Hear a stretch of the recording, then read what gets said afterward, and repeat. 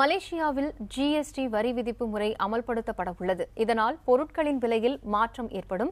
வெளிநாட்டு பயணிகளுக்கு வழக்கத்தை விட கூடுதல் செலவாகும் என்றும் கருதப்படுகிறது. ஜிஎஸ்டி எனப்படும் பொருள் மற்றும் சேவை வரி எதிர்வரும் ஏப்ரல் 1ஆம் தேதி தொடக்கம் மலேசியாவில் அமல்படுத்தப்பட உள்ளது.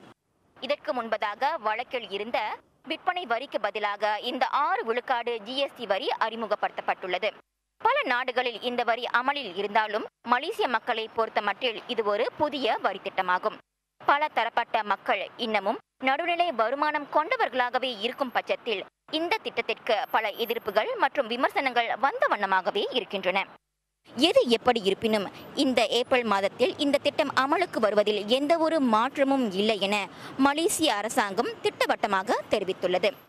இந்த வரி திட்டம் கண்டிப்பாக அமலுக்கு வரும் நிலையில் உள்நாட்டு மக்கள் பல முன்னெச்சரிக்கை நடவடிக்கைகளை மேற்கொள்ள அறிவுறுத்தப்படும் வேளையில் மலேசியாவிற்கு சுற்றுப்பயணம் மேற்கொள்ளவிருக்கும் சுற்றுப்பயணிகளும் இதனை கருத்தில் கொள்ள வேண்டும்.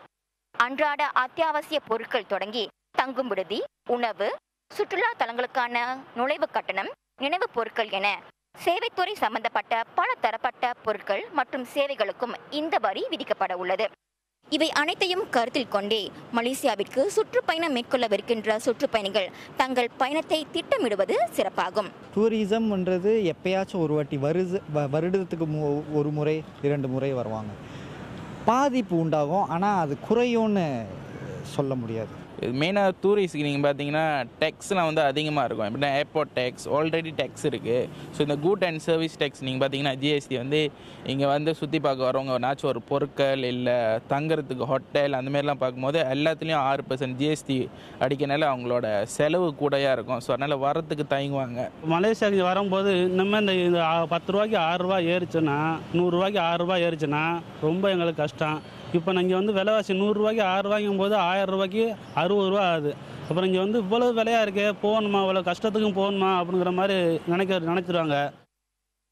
மலேசியர்களை பொறுத்தவரையில் இந்த பொருள் மற்றும் சேவை வரி தங்களின் அன்றாட வாழ்க்கையில் எம்மாதிரியான தாக்கங்களை விளைவிக்கும் என்பதை பொறுத்திருந்துதான் பார்க்க வேண்டும்.